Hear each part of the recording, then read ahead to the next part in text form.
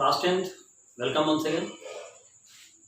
हम लोग spherical mirror से रिलेटेड परहैप्स सारे चीज़ हम लोग पढ़ लिए थे। हाँ, याद आ गया। जितना भी पोजीशन होता है सारे पोजीशन पर एक बार रिकॉल कर देता हूँ। कनकेव मिरर में बस एक पोजीशन था जिसमें वर्चुअल और इरेक्ट इमेज बनता था। याद रखना है कि जब वर्चुअल बनेगा तो इरेक्ट बनेगा, और वो पोजीशन क्या था, तो पी एंड एफ के बीच में। ठीक है, पी एंड एफ के बीच में। कभी कभी इस पर एक सवाल देता है, क्या देखिए क्या सवाल कहेगा, the focal length of a concave mirror is 10 centimeter. For virtual image, the object will be placed at, पहला दे देगा 12 सेंटीमीटर, दूसरा दे देगा 10 सेंटीमीटर, तीसरा मान लीजिए दे देगा 8 सेंटीमीटर। अब सोचना है, प्रश्न को फिर से समझिएगा। एक कनकेव मिरर है जिसका फोकल लेंथ 10 सेंटीमीटर का है। ठीक है, अब बताना है कि किस पोजीशन पर हम ऑब्जेक्ट को रखेंगे तो मुझे वर्चुअल इमेज मिलेगा। ऑब्जेक्ट को 12 सेंटीमीटर पर रखें कि 10 पर रखें कि 8 पर रखें। तो अब तुरंत समझिए, वर्चुअल और इरेक्ट इमेज के लिए रूल है कि पी और एफ के बीच में होना चाहिए। तो किसी भी कनकेव मिरर में पी से एफ के जो बीच के जो डिस्टेंस होती है उसी को फोकल लेंथ कहते हैं, और ये ऑलरेडी दिया हुआ है कितना है, तो 10 सेंटीमीटर। तो इससे कम रहेगा तबे ना बनेगा वर्चुअल। इसका मतलब क्या है कि 10 से कम वैल्यू चाहिए, तो 10 से कम वैल्यू वाला कौन हो जाएगा, 8 सेंटीमीटर। कभी कभी पूछेगा कि फोकल लेंथ 10 सेंटीमीटर का है, ठीक ना, हाईली मैग्नीफाइड या लार्जेस्ट इमेज के लिए कहां रखेंगे उसको। तो ऐसे भी हम लोग पढ़े थे सेकंड केस में कि लार्जेस्ट इमेज के लिए उसको फोकस पर रखना चाहिए, क्योंकि फोकस पर जब रहेगा तो पैरेलल जाएगा तो माना जाता है अनंत पर मिलेगा, इन्फिनिटी पर मिलेगा। तो इसका मतलब है 10 सेंटीमीटर का फोकल लेंथ है, और सबसे बड़ा अगर इमेज चाहिए तो उसको 10 पर ही रखना पड़ेगा। ठीक है, कभी सवाल यह भी हो सकता है कि ऑब्जेक्ट के इक्वल का इमेज चाहिए तो कितना दूर पर रखेगा। तो हम याद करिए कि केस नंबर 4 को, चौथे केस में क्या था कि जब हम लोग रेडियस यानी सेंटर ऑफ कर्वेचर पर ऑब्जेक्ट को रखते हैं तो जितना बड़ा ऑब्जेक्ट होता है उतना ही बड़ा इमेज बनता है। तो सेंटर ऑफ कर्वेचर यानी कि सेंटर ऑफ कर्वेचर क्या हुआ, ये एफ है और ये सेंटर ऑफ कर्वेचर है, यानी फोकल लेंथ का ये ट्वाइस होता है, डबल होता है। तो फोकल लेंथ दिया है 10 सेंटीमीटर, तो ऑटोमेटिक ये वाला डिस्टेंस कितना हो जाएगा, 10 गुने 2 कितना हो जाएगा, 20 सेंटीमीटर। और देखिए एक सवाल में 3 सवाल छुपा हुआ है और VVI क्वेश्चन है। ठीक है, अब हमें यहां पढ़ना है sign of convention for concave mirror. यानी कनकेव मिरर में मान लीजिए इमेज आप बनाइएगा तो उस समय क्या साइन का ध्यान रखना चाहिए, अब इसको समझिए। सबसे पहले देखिए कनकेव मिरर हो गया, ये इसका पोल हो गया, ये प्रिंसिपल एक्सिस हो गया।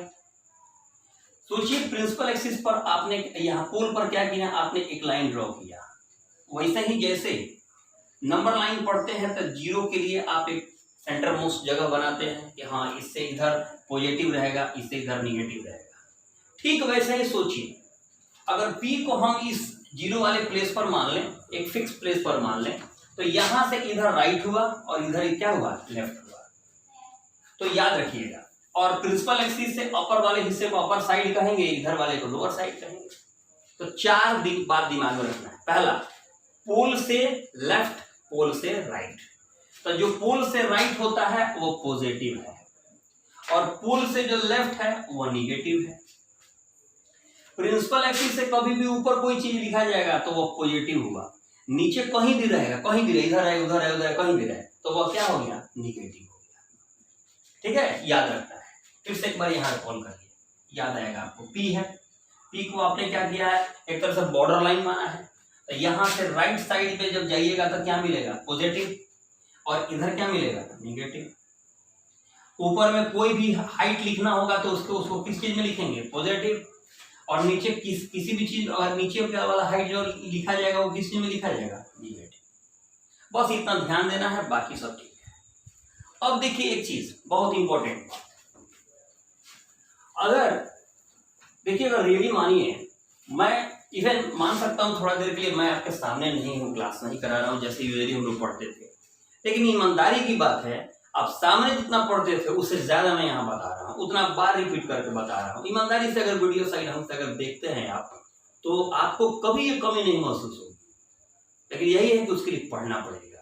और बहुत सारे बच्चों को देखते हैं बहाना है नहीं, हम तो सामने नहीं, हमको समझ में ही नहीं आ रहा है। आप बहाना कर रहे हो, ये गोल्डन चांस है सेल्फ स्टडी को डेवलप करने का, ठीक है। बाकी सब चीज को निगेटिव, एक निगेटिव चीज ढूंढा जाए तो अनंत मिलेगी, आप पॉजिटिव चीज ढूंढिए, ठीक है ना।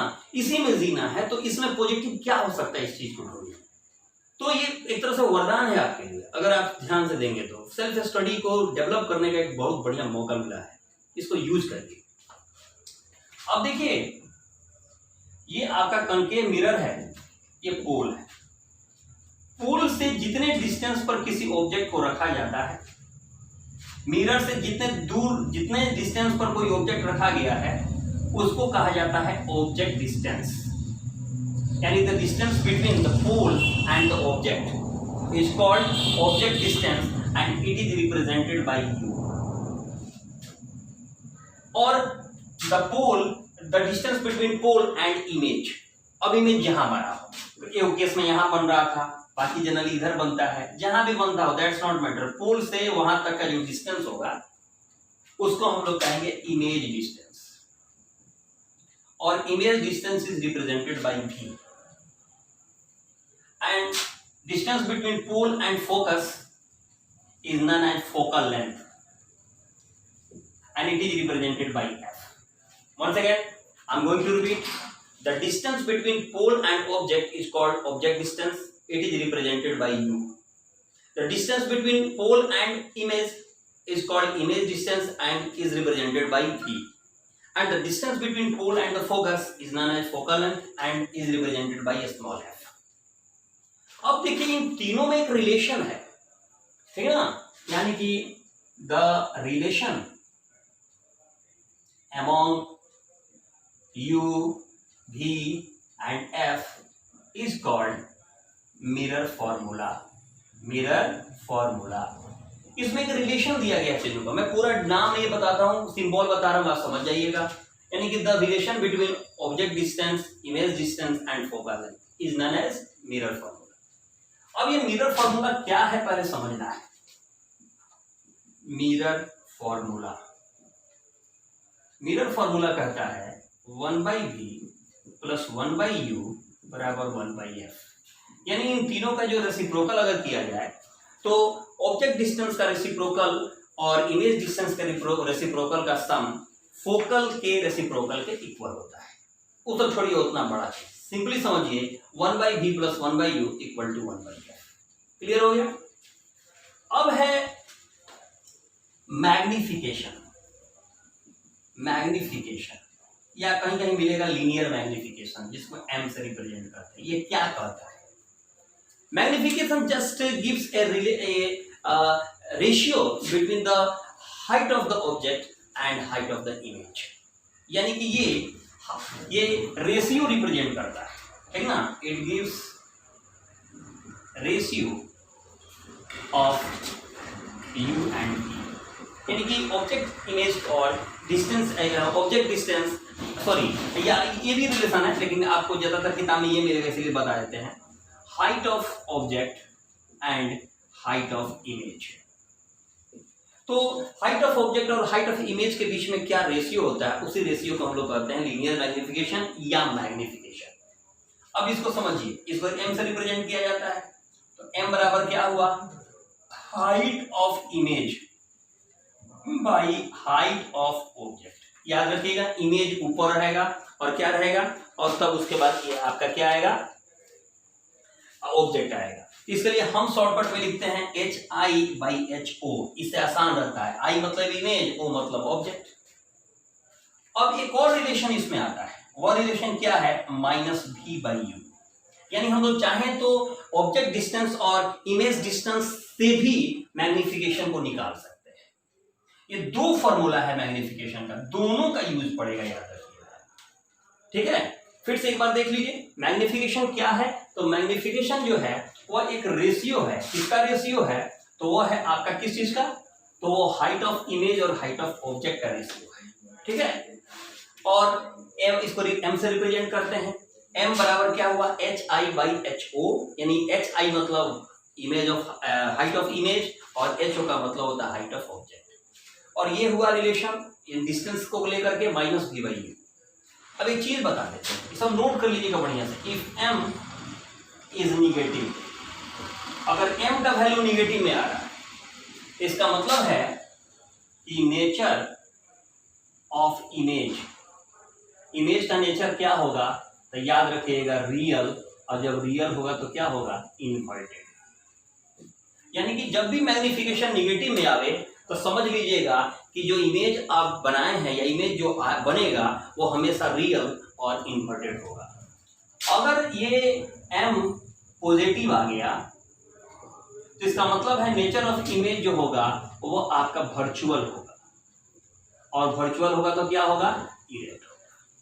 बस इतना ही जानना है। अगर हम लोग देखें तो